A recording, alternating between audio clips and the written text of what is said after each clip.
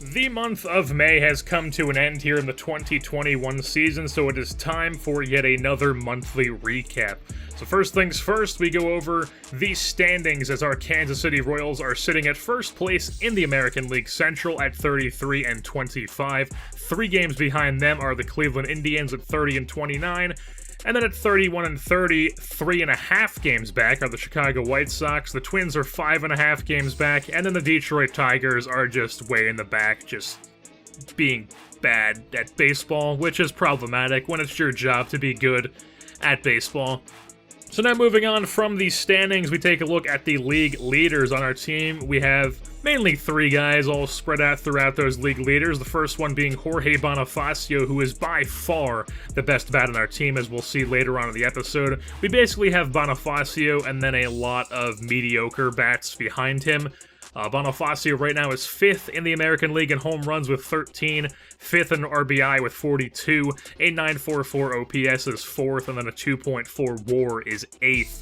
Mark Leiter Jr. has still been very, very good for us. A 2.54 ERA is tied for 10th in ERA, which with his teammate Danny Duffy, who we'll talk about next. Walks allowed, he is 1st in the American League with only 10 on the season. A .90 whip which is 1st, which makes sense since he is 1st in walks allowed. And then also a 2 WAR is 3rd in the American League. Danny Duffy, a 2.54 ERA, like I just said. He is actually 3rd in the Cy Young race somehow. Not sure how Leiter Jr. is not in there, because I would think Leiter Jr. is a much better pitcher so far this year.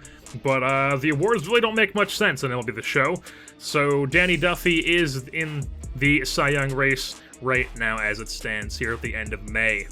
Now taking a look at some of our team's stats, Jorge Bonifacio, we already went over him. He is the best bat on our team, like I said. And then behind him, we've got Pavin Smith, who doesn't have the greatest OPS, but definitely not bad with a 7.91, 7 home runs so far. After him, there's Matt Carpenter with a 7.86 OPS, 6 home runs. He's still getting the job done as the leadoff guy with a 3.62 OBP.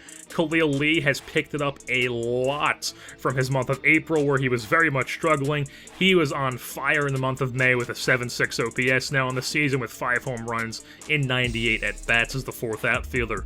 Ryan Schimpf, a 7.67 OPS, 7 home runs. Jorge Soler, very interesting player this year. He's got a lot of home runs with 11 home runs so far, but he's slashing 214, 310, and 433. Not the most ideal slash line, and the home runs are still there somehow. So Soler, you'd like to see him pick that up a bit, but this is definitely going to be his last season in a Royals uniform, as the money is going to go elsewhere. Rather than just overpaying for a guy like Jorge Soler, because he's probably going to want a buttload of money. Brett Phillips, another guy, 7.24 OPS, only 2 home runs so far. Mabrys Valoria, 7.2 OPS, but he is the leader as it stands right now at the number 1 spot at the Gold Glove race at catcher. Gunnar Heidt has recently been called up from AAA Omaha. He's only got 11 at-bats so far in the major leagues. By the way, his name is Gunnar, not Gunter. I've clearly said Gunnar in the multiple monthly recaps that he's been in.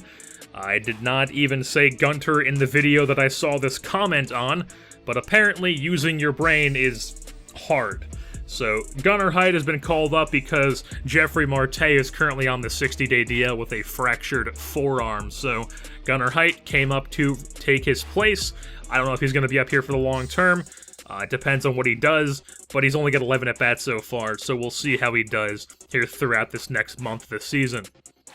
Vince Falvey is a guy who has had major struggles for us at the plate this year, which is very depressing to see since he was probably our best bat, if not our...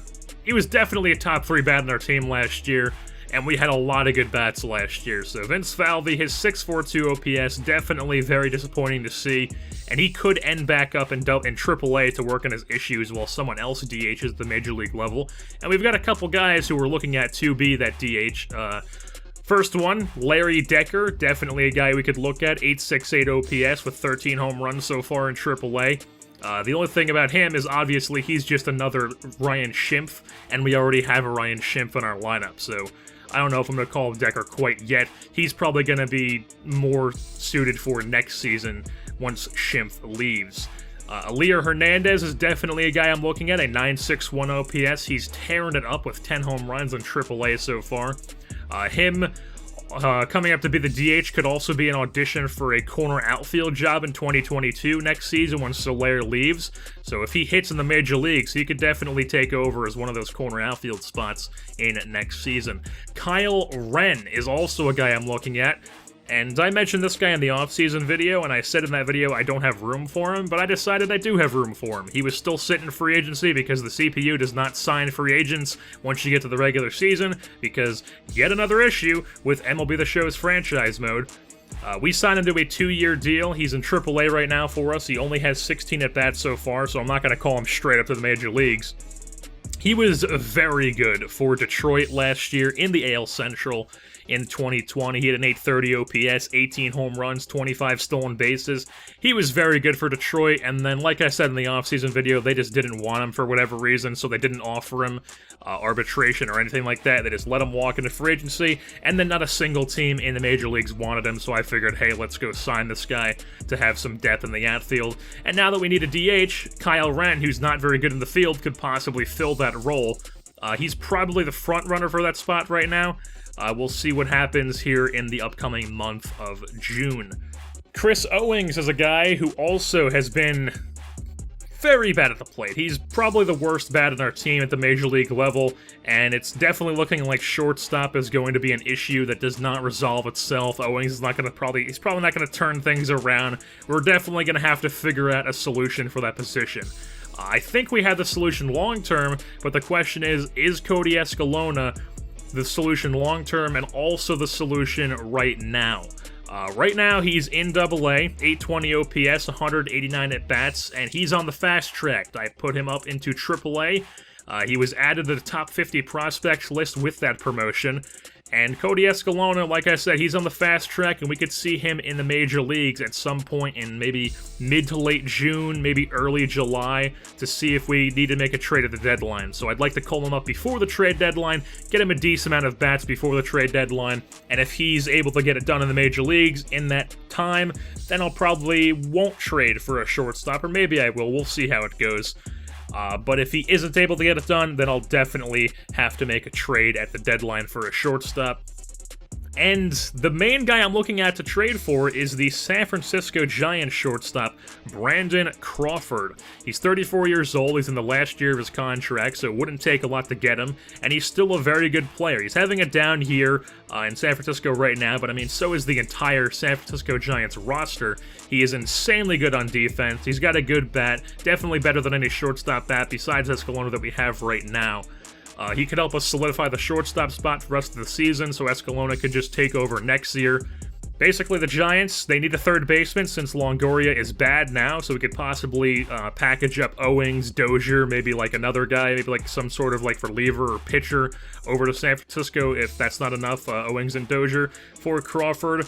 Or we could maybe send over Owings and then one of our outfield prospects because the Giants need some outfield. They've got McCutchen in right field in last year's deal, also old and bad now. They got some young guys in left field and center field, but they could always use some depth at those positions as well. And then also they don't have much at right field, like I said. So we've got a couple different options that we could do to send people over there to San Francisco.